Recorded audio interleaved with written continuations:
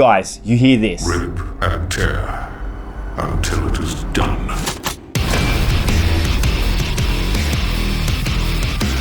How do you feel? I know, right? You just want to rip and tear a demon's fucking face off. I'm not crazy.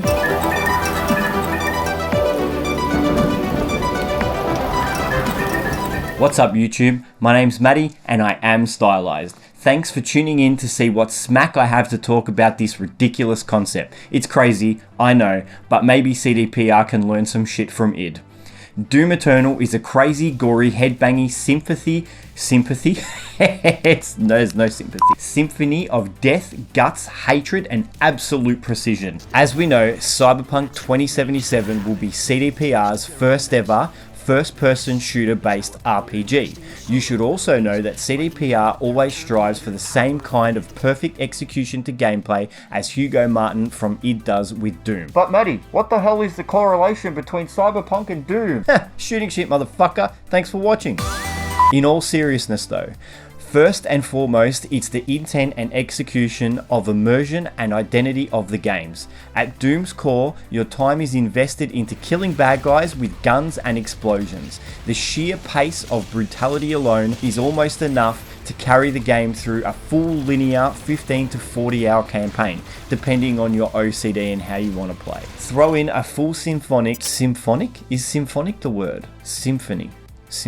I guess it is. I'm just gonna make it up. Death metal score, an absolute caramelly, buttery smooth engine with silky smooth gunplay and absolutely stunning visuals that will run on an unwashed dirty brown potato, and then soak it through with awesome lore, an arsenal of weapons, mods and abilities, and you have yourself a fucking 10 out of 10 game. Pair that with top tier RPG elements, story, and the ability to cruise around on a bloody Yaiba Kusanagi or a Quadra VTEC, and some sweet lovin' to cyber hose from vending machines whenever you like, the gaming world is never going to be the same again. It's gonna be fucking heaven. Shit. Maybe I'm too hyped for this game. Pfft, whatever. Okay, boys and girls, let's talk tunes. What iconic IPs do you hear a part of the soundtrack and know immediately exactly what you're listening to, taking you straight to a great memory? Witcher 3, OG Mario Bros, OG Gran Turismo, GTA, Destiny, Deus Ex, exactly, all the awesome ones.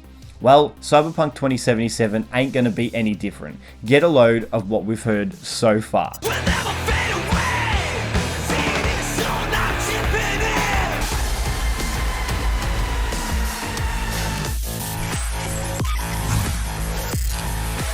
Cyberpunk 2077 soundtrack is a part of what's going to make the game so memorable, just like Doom 2016 and Eternal.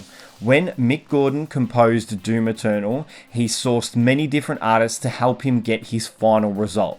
Likewise, Martin P, sorry, I'll destroy his last name, the composer of Cyberpunk 2077 and from memory The Witcher 3, has a plethora of well-known artists in his arsenal. These guys, mixed with in-house artists, are going to create a stellar listening experience that helps with both immersing the player in the world and making you enjoy every second of that cruising Night City experience. Speaking of which, you may know I'm completely bananas for first-person shooters. Doom has always been at the top of its game, and Doom Eternal is no exception. So, what else can CDPR learn from Doom Eternal, you may ask? Guns. They can learn from that damn gun system. The weapon upgrade system in Doom is spot on. Not only does each of the 8-ish weapons have 2 separate perk trees, there's also a master work or master perk for each one of them. So you have a shotgun. Shotties are for close-up encounters and run and gun playstyles, yes? No. You can unlock a switchable mod that allows you to turn your shotty into a fucking sticky bomb grenade launching demon killer.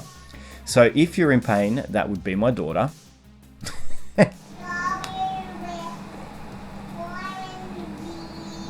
That's my daughter singing the alphabet while I'm trying to record a video. She's 2, mind you, she's a lot smarter than me. So if you're in pain and you need to kick back and hide like a bitch in the corner, you can lob over death at the same time. Also, Don't forget that certain enemies have different crit spots that will disable certain attacks if destroyed, and certain mods of particular weapons fuck that shit up. Mechanics, man, they don't just have to be environmental, they can be weapon/enemy based as well. So, how can CDPR try something similar that both fits in the world of Cyberpunk and is potentially useful? Well, you're using a blunderbuss, also known as a Ronin HSH shotgun. And the pallet spread is wide as shit, so the range is shit. It's a shotgun. You add a mod to the weapon or select an alternate firing mode that you upgraded on the weapon. This changes it to slug shotty mode, which changes the ammo to slugs instead of pallets, which means it's got one bullet and it gives you more range. So now you can snipe those